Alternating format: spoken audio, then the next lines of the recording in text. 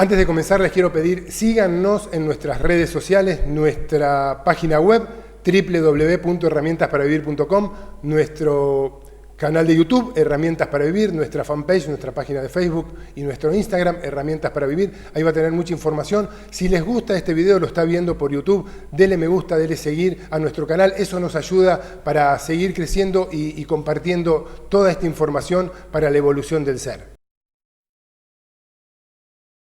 Hoy vamos a estar hablando de biodescodificación, esta técnica maravillosa que sana a través de las emociones. Es fundamental tener en cuenta que lo que pasa con el cuerpo proviene de una cuestión emocional.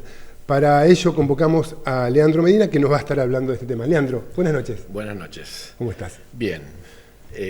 Bueno, acá convocado para desarrollar un poco el tema de biodecodificación biológica. Es una metodología que proviene desde hace años, donde el doctor Hammer y después con algunos colaboradores posteriores del lado de Francia, el doctor Sabat, han podido ir armando algún rompecabezas que por ahí se generaba con el hecho de dónde provenían algunos síntomas que aparecían, algunos síntomas de enfermedad. Básicamente ellos fueron estudiando y ellos pudieron ver que la decodificación, las enfermedades, en realidad tenían un nexo de unión con emociones. Una raíz emocional. Una raíz emocional. Las emociones, muchas veces que uno puede vivir en algún momento de su vida, pueden causar un gran cúmulo de energía, donde eso queda guardado dentro del inconsciente. Y bueno, eso por ahí se lleva desde niños hasta edades adultas, y por ahí en algún momento de una crisis, de un estrés muy grande, esas emociones vuelven a aflorar, vuelven a producir un estrés muy importante y pueden producir un síntoma, ya sea físico o un síntoma psíquico. Muchas veces conductuales, bueno, de diversas formas, pero se manifiestan vía un síntoma. El síntoma, básicamente, lo que viene a referirnos es que hay un llamado de atención. Hay un estrés que el organismo no pudo superar, y lo manifiesta. Entonces esto es como un llamado de atención hacia el organismo para ver qué hago yo con ese síntoma. La biodescodificación cambió la mirada, porque hoy lo que llamábamos una enfermedad, hoy resulta ser un síntoma.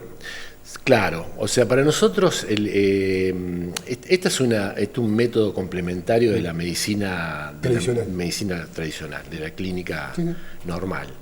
Esto no viene a reemplazar la mirada de la medicina común, la medicina tradicional, ni siquiera viene a reemplazar la mirada de la psicología.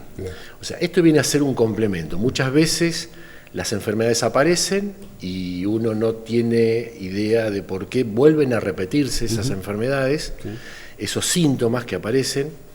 Entonces, normalmente estas enfermedades básicamente se refieren mucho a las enfermedades crónicas, cuando a veces uno no puede darle una explicación de por qué esto continúa, por qué uno con la medicina tradicional cura un síntoma, y después, a lo largo del tiempo, puede volver a aparecer una sintomatología parecida, una repetición.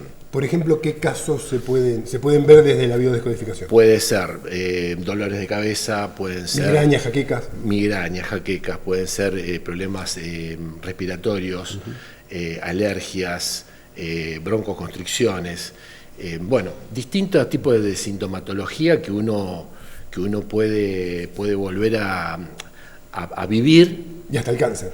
Claro, y que uno dice, ¿cómo esto se repite a lo largo del tiempo? ¿Por qué se repite nuevamente? Bueno, la decodificación lo que intenta hacer es descubrir qué tipo de emoción está vinculado a ese síntoma, ¿sí? y intentar sacar desde el inconsciente, buscarlo hacia atrás, que siempre lo busca el consultante. Acá hay un consultante, para nosotros no es un paciente, el paciente es para la medicina tradicional. Sí, sí. Entonces el consultante quiere saber por qué esto se repite. Bueno, con la ayuda nuestra lo que intentamos hacer es que esa persona vaya hacia atrás buscando qué emoción tan fuerte vivió en algún momento de su vida, que muchas veces pertenece a ella y muchas veces pertenece a ancestros, claro.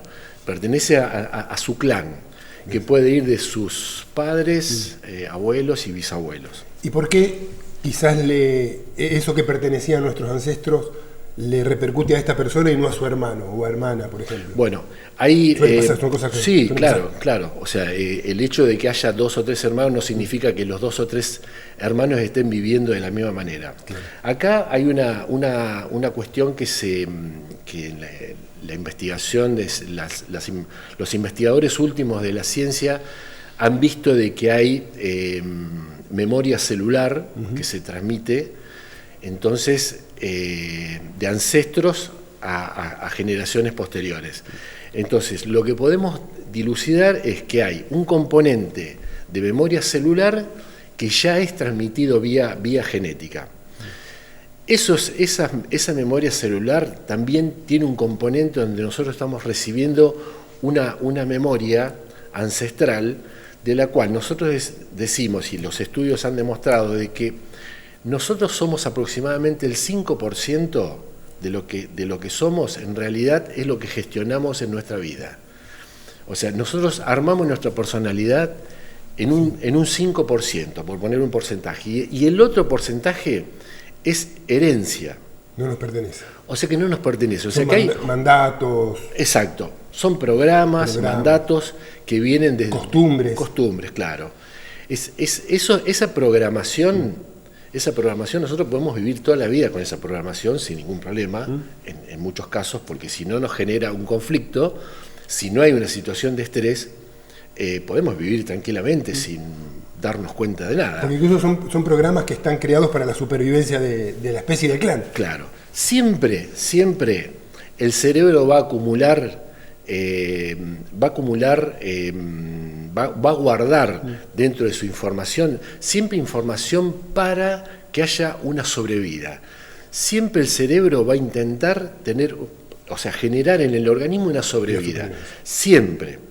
Entonces, tenemos ancestros muy fuertes de nuestros padres y de nuestros abuelos, por así decirlo, que nosotros vamos a nacer con ese cúmulo de herencia, con esa memoria. Esa memoria lo que va a hacer es que nosotros armemos nuestra personalidad, de ahí las percepciones serían parte de esos programas en las cuales nosotros vamos a reaccionar y vamos a vivir de una manera determinada en base a esa herencia que nosotros hemos recibido, ¿sí?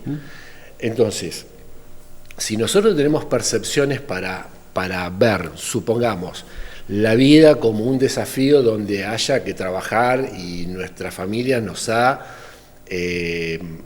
mostrado y nos ha hecho heredar, qué sé yo, el esfuerzo o la cultura hacia el trabajo férreo. Bueno, nosotros es muy probable que tengamos mucha de esa descendencia. Lo mismo con el carácter y con distintas situaciones. Muchas veces aparecen dentro de esas generaciones posteriores personas que se rebelan contra esas situaciones y vienen a enfrentar esas programaciones. O algo de todo eso no le está yendo bien, la está pasando mal, está con algún conflicto y descubrimos que el origen es del ancestro, no le pertenece. Claro. Es una herencia. Que él está repitiendo patrones, está repitiendo programaciones. ¿Sí? Entonces intenta, de alguna manera, de frenar a esa fuerza que trae el clan, y bueno, y a veces se enfrenta con las consiguientes consecuencias y los costos, ¿no? Porque hay que enfrentarse a un clan familiar. ¿Sí? Hay que aceptar de que el clan por ahí nos deje solos, nos aparte y y quedemos a la deriva sin un sostén familiar. Bueno, muchas veces ocurre. Y no ocurre en todos los hermanos de la misma manera, porque cada individuo tiene una forma particular de reaccionar ante el medio ambiente. Distintas situaciones. Sí, claro. Cada uno reacciona con las herramientas que tiene y como le sale. Claro. Yo tengo familiares dentro de mi rango de hermandad, donde nosotros tenemos una diferencia de edad y hemos vivido en distintos momentos, distintas situaciones, que yo llámese país, llámese educación, llámese edad de nuestros padres. Y bueno, eso va a hacer de que nosotros tengamos una mirada distinta, por ahí en base a nuestras percepciones, vuelvo a repetir, que son cuestiones heredadas, que van a hacer que yo reaccione en un momento de mi vida distinto a lo que reaccionaba, supongamos, un hermano mío. Hablabas de emociones que nos van influyendo. Hay una serie de emociones básicas. ¿Cuáles son estas emociones básicas que las emociones influyen? Básicas, que hoy una de estas que está muy, no digo de moda, pero en auge, que es el miedo, ¿no? El miedo a enfermarse, el miedo a morir, el miedo. Básicamente, el miedo es una de las emociones básicas. Otro es el asco. Otro es la ira. La tristeza también común, es otra, la ira común. Hoy. Hoy la tristeza, el miedo, la ira está un poco como jugando todo el tiempo entre nosotros, dada la situación de esto de esta enfermedad que nos ha hecho tener que recluirnos, replantearnos nuestro trabajo, volver a rearmar a veces cuestiones familiares donde yo tenía un trabajo en un lugar y hoy lo tengo en otro lugar y rodeado de otra forma que mis hijos, que mi familia, lo que fuera. Esto ha generado estas emociones, tanto de ira a veces o de miedo, que nos repercute mucho en el día a día, ¿no? Claro, exacto. A la vez un coloreo emocional. Claro, de todas estas emociones hay un coloreo que son todas estas cuestiones intermedias.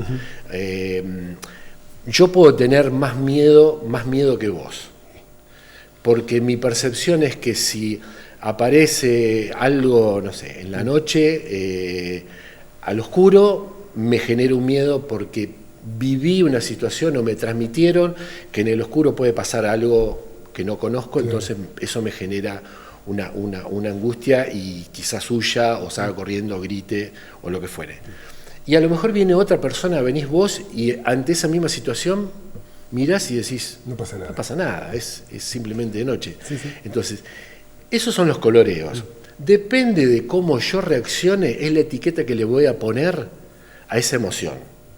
Si yo tengo una percepción de exageración con respecto a eso, o un extremo, seguramente voy a tener un coloreo, una etiqueta muy fuerte con respecto al miedo, y ese miedo para mí va a ser muy, muy determinante y va a producir un impacto muy grande por liberación de energía, por liberación de cortisol y adrenalina, donde me va a generar un estrés explosivo, donde yo voy a pasarla mal, ¿sí? Versus otras personas que por ahí tienen otro coloreo y ese estrés es nada, prácticamente nada. Ni siquiera se dan cuenta, ni lo sufren, ni van a tener un impacto importante dentro de su organismo, ni nada por el estilo. Claro. ¿Cuáles son los conflictos más comunes que se nos presentan? Los conflictos básicos o los más comunes son desvalorizaciones, ¿sí? Identidad, territorio, peleas por el territorio. Ahí podemos dar 2 o 3 ejemplos que son bastante impactantes. De resistencia, ¿sí? Bueno, esos conflictos de territorio. El territorio significa para nosotros el territorio personal, lo que tenemos al lado, supongamos los padres, el territorio sería mi lugar dentro de mi familia, qué lugar ocupa. Incluso hasta el lugar que se ocupa en la mesa. Claro, quizás. Seguro. Una habitación. Todo es un espacio. Todo eso significa un espacio. Puede ser la lucha por un mueble, un inmueble, claro. Una casa, un campo, un auto. Cualquier cosa que signifique para nosotros territorio. Incluso en el trabajo también. Claro, ni hablar. Disputa por una oficina, por un puesto. Ni hablar. Yo soy el gerente de una empresa y mañana veo a alguien que está que viene a competir con mi espacio, con la posibilidad de que sea la otra persona el gerente. ¿Sí? Entonces, mi espacio de gerente lo veo amenazado con otra persona. Eso a mí me va a generar una angustia, me va a generar un miedo de perder mi rango de gerente de esa empresa. Bueno, eso exacerba, como venimos diciendo, cortisol, adrenalina, estrés. Acá, digamos... ¿Y dónde afecta el territorio? ¿Cuál es la afección física que nos puede ocasionar? La afección está sobre el aparato circulatorio. Básicamente el aparato circulatorio. El aparato circulatorio, al liberar cortisol, adrenalina, entrar en un estado de estrés donde uno siente que el corazón empieza a latir porque uno está con ira, está enojado. Eso hace de que se aumente la presión sanguínea y pueda impactar finalmente en el corazón con algún problema, dependiendo del coloreo, de la etiqueta que uno le vaya a agregar a eso, puede llegar a desencadenar un problema leve, intermedio o grave, o muy grave, casi sin salida, que puede llegar a ser un paro cardíaco. Y ahora te cuento un caso. Una señora que estaba en conflicto con una familia, ¿sí? Y esa familia estaban luchando por una casa importante. No lo podían resolver. Esa señora, esa persona se empieza a preocupar por demás, se encarniza, como decimos en la jerga común, se encarniza, se obsesiona con querer tener esa casa.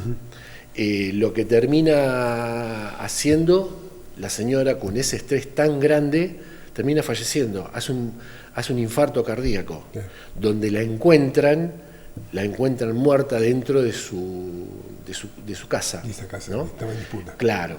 Entonces, parece por ahí una cosa un tanto... cuando uno lo ve de esa manera, vos decís, claro, bueno, pero entonces todas las personas que luchamos por un territorio podemos, depende de nuevo del coloreo, depende de la intensidad que yo le vaya a poner a ese conflicto, si lo puedo resolver o no. Hay personas que lo resuelven y se terminó el pleito, o sea, no hay más conflicto. Exacto. Yo logro desdramatizar esa situación. Puedo ir yo decir, bueno, está bien, esto lo repartimos de tal manera, lo hacemos esto, porque a lo mejor mi necesidad personal de tener o no la casa me da lo mismo, porque yo tengo mi casa y esa casa es un bien más, pero no es vital, pero para la otra persona a lo mejor es el único bien que estaba aspirando a tener. O es vital. Y es vital, claro. ¿sí? Para su familia, para lo que fuera. Entonces, esa persona seguramente lo va a vivir con otro coloreo, con otra intensidad de la cual yo no lo voy a vivir. Entonces, para esa persona es grave y para mí no lo es tanto. Si uno lograra prevenir de estas cosas, seguramente podríamos bajar la intensidad. A mí me ha ocurrido de escuchar en algunas oportunidades algunos conflictos de este tipo y decir, me parece que hay que bajar un poquito la intensidad, porque esto a veces puede terminar en una situación más complicada de la cual ni siquiera nadie se lo espera, ¿no? Porque nadie se espera de que alguien vaya a tener un problema grave por la lucha de un bien, ¿no? Sí, exactamente. En este caso de lo que es, también afecta a cómo uno aborda la situación, es como decías, porque si no es de forma vital, no es algo que depende mi existencia en eso, y también tomarlo con mayor calma. O sea, las situaciones en general, empezar a tomarlas con mayor calma nos va a ayudar a no tener conflictos. Claro, esto, o sea, el tema de la decodificación en un principio lo que intenta es unir ese síntoma con una emoción. ¿Sí? Una vez que descubrimos esa emoción, ese código, que para cada órgano tiene un código distinto y hay distintos órganos que se afectan, bueno, hay una cuestión más profunda que depende del tipo de enfermedad, son las capas embrionarias que se afectan, bueno, una cosa un poquito más compleja, más fina. Si nosotros logramos traer a la conciencia esa emoción, ¿sí? Al hacerla consciente podemos llegar a desactivarla, ¿sí? Y de eso podemos encontrar infinidad de casos de que la persona, una vez que descubrió cuál era esa emoción tan estresante que tenía guardada en su inconsciente, logró desactivarla, y eso hizo que ese conflicto desapareciera. ¿Sí? Muchas veces ese conflicto no termina de desaparecer. No termina de desaparecer esa emoción. ¿Por qué? Porque está ligada a una percepción, está ligada a un sistema de creencias de uno. Entonces yo me tengo que ir hacia atrás, hacia el sistema de creencias, a ver por qué yo vuelvo a repetir esta situación. Porque muy probable que si mi sistema de creencias sigue siendo el mismo y no puedo modificarlo, no tuve el tiempo de modificarlo, o nadie me ayudó a llegar a poder modificar esas creencias, voy a volver a repetir el síntoma. Claro. Porque la emoción, cuando pase algo parecido o algo que me referencie y mi cerebro vaya directamente a ese inconsciente, seguramente va a volver a replicar ese síntoma, quizás en un tono menor, pero va a volver a replicar, va a volver a repetirse, y uno no haya resuelto desactivando esa emoción. Uno creyó que la desactivó, pero el sistema de creencia lo sostiene todavía. Entonces hay que hacer un trabajo más atrás para ver por qué ese sistema de creencia está ahí. ¿De quién es? ¿Es mío? ¿Es de mis ancestros? ¿Qué es lo que tengo que hacer con eso? ¿Sí? Bueno, para eso hay distintas técnicas para arribar a ese lugar, porque a veces esa emoción está ligada a algo que yo no quiero decir. Muchas veces sí. El silencio es una emoción oculta, es una emoción de las negras, esas que uno oculta, que son dolorosas, que yo no me quiero acordar de tal hecho, porque ese hecho me referencia a algo que me duele mucho. Y no lo quiero volver a traer. Puede ser distintas cosas.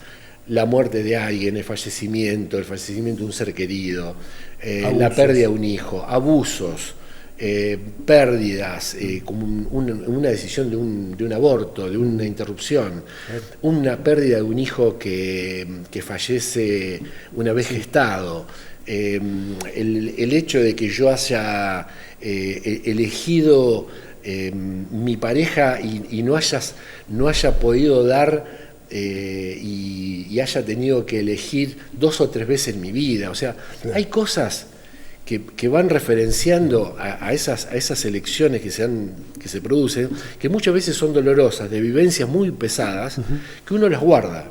¿Sí? Las guarda y no las quiere sacar a flote, no las quiere sacar porque la verdad que duelen. Sí. En algún momento eso, por algún lado sale. Hay que sacarlo. Hay que sacarlo. Claro. Hay que ponerlo de manifiesto en lo real. Con esto lo que quiero decir es que cuando uno está haciendo una decodificación, lo que intenta hacer es que la persona que uno está con el consultante que estamos trabajando, es que esa persona vaya hacia esa emoción, pero lo viva en tiempo real. No que lo vea como si estuviera mirando una película. Me pasó tal cosa, y hace un relato, porque ese relato tiene mucho de conciencia, mucho de lo que mi conciencia acomodó de esa situación. Claro. Entonces, si yo logro que el consultante vaya hacia atrás y lo pueda vivir en tiempo real a esa emoción, ¿sí? Que lo viva, me está pasando esto, veo esto, me duele esto, o sea, me duele en tiempo real. veo esto y dispara algo muy potente, muy estresante en tiempo real. No como un cuento, no como que estoy viendo o que me acuerdo que sucedió. En el presente, es algo que ocurre aquí ahora. Claro.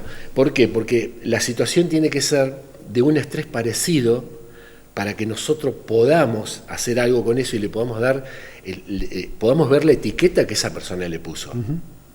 Que a lo mejor es una etiqueta muy, muy, muy, muy pesada, muy significativa y que hace que esa persona le cueste salir de ese lugar.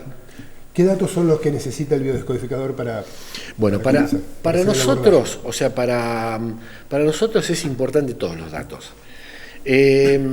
Los datos tienen que ser personales, todos, desde edades, por supuesto, hijos, padres, cuántos hijos tuvo, cuántos hijos tiene, vivos, muertos, y los abortos que son parte de esos hijos. Todos tienen que estar incluidos en el clan. Todos, pérdidas de gestaciones. Sí. Claro, porque... ¿A partir de qué mes, a partir de qué tiempo de gestación comienza la pérdida? La pérdida normalmente es cuando yo creo que, o sea, cuando yo siento, la mujer siente que está embarazada y dice, estoy embarazada, ya lo siente. Ya lo siente, ya. ¿Por qué? ¿Por qué digo esto? Porque ese es el coloreo. Si yo siento que estoy gestando, yo tengo un bien en el vientre, tengo una persona. Claro. ¿Sí? Entonces, si yo creo eso, es suficiente. Porque el cerebro no entiende subjetividades. Exacto. ¿Sí? O sea, el cerebro entiende de que hay una gestación y esa gestación se pierde o se interrumpe. ¿Sí? Entonces, si yo estoy pensando eso, ya para el cerebro ya está. Es suficiente. El cerebro no entiende subjetividades. Exacto. Yo le digo, una palabra, digo, muerte es muerte. No es que yo creo que se murió o vi un accidente y me pareció, y el tipo realmente estaba vivo, no había muerto, pero yo en el momento que lo vi pensé que estaba muerto. Ya está, para esa persona vio una persona muerta y después la persona esa revivió porque los médicos tuvieron la sagacidad de poder sacarlo adelante y vive, y vos decís, pero no murió, pero yo vi que murió. Ya está. El cerebro ya lo tomó. El cerebro no entiende de humor tampoco, no tiene de sarcasmos. En absoluto, o sea, como decimos, el chiste no existe. Exacto. Cuando decimos algo lo estamos diciendo porque hay una falla en lo que queremos decir y terminamos diciendo la verdad. Yo he visto, y lo digo de conocimiento cerca, por cercanía, de ver personas, de decirle a una persona algo muy lesivo, y vos decís, pero ¿cómo te pudo decir esa persona que a lo mejor es tu padre y te dijo una cosa bastante que agredía y vos decís, no se le escapó, lo piensa. Lo sintió. Sabe o siente que en algún momento vos eras eso. Hay personas que, supongamos, fueron no deseadas, fueron de una familia que engendró un niño y no deseaba ese niño por X circunstancia, y nace ese niño y en algún momento a lo mejor le dicen que ese no es un hijo que ellos creían que esperaban. Entonces en algún momento se lo pueden llegar a decir, una cosa que es bastante dura para cualquier persona escucharlo. Pero está bueno saberlo, de los padres, y resulta que te vas para atrás y descubrís que los padres no habían querido tener ese niño, ¿no? O esperaban una nena y nació un varón. Sí, también. ¿Sí? Y van a criar por ahí a ese varón como una nena en algunas circunstancias. Y en algunas circunstancias hasta se lo van a decir a lo mejor. Pensando de que no pasa nada, que es una cosa inocente. Decir, vos sabés que queríamos una nena, pero te tuvimos a vos. Es muy duro. Pero no está buena tener esa información. Sí, pero es muy duro. O sea, genera un shock. Claro, yo lo puedo procesar, a lo mejor de una mala manera y vos lo podés procesar de una buena manera. Exactamente. Vos resolvés ese pequeño conflicto, ese gran conflicto, y yo no lo logro resolver. Y yo necesito, se va a manifestar en un síntoma y para vos no se va a manifestar en nada. Exacto. ¿Sí? Y yo voy a tener que salir a buscar ayuda y vos vas a decir, mira, me dijeron que querían una nena y nací yo. Exacto. ¿Tá? Pero soy una persona alegre, me quieren, yo sentí que siempre me quisieron. Y es muy probable que la otra persona también. También, sí, pero seguramente le cayó hay algunas cosas que te indican de que vos no, o sea, de que no te querían. No querían un varón, querían una nena. ¿Sí? Sí. Yo conozco situaciones donde esa persona con el tiempo buscaba salirse de su hogar lo más rápido que pudiera. Ajá, claro. Y vos decís, ¿pero por qué? Sí. ¿A dónde estaba ese ánimo de querer estar en su casa, pero poder alejarse un poco? Bien. Bueno, muchas veces encontramos en estas explicaciones, en estas memorias ancestrales, la explicación de por qué esa persona está queriendo salirse de ese clan. Maravilloso. ¿Cómo se puede contactar la gente con vos? Ya llegamos al final del programa. Bueno, tus redes, tu contacto, teléfono. Nosotros tenemos un espacio que se llama Sunergos Home, que es de Instagram, un teléfono con su WhatsApp que es 03462 63 94 47, que ahí se puede dejar algún mensaje, quizás después le agreguemos alguna otra línea.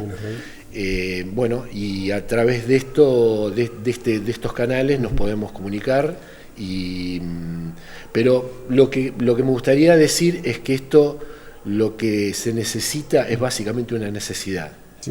O sea, alguien tiene que sentir la necesidad de querer trabajar algo, porque esto es muy largo y después, bueno, para desarrollar hay muchísimas técnicas. No va a ser la última vez que estés en Herramientas para Vivir, seguramente. Muchísimas gracias. Muchas gracias a vos. Muy amables a ustedes. Gracias a ustedes también por habernos acompañado. Es una técnica realmente sanadora, donde hay que ahondar en nuestra historia, en la historia de nuestros antepasados, porque trayéndolo al consciente se sana. Y si no es posible con eso, hay otras técnicas que también nos hacen sanar esas cosas que traemos al consciente, que ya lo vamos a estar viéndolo.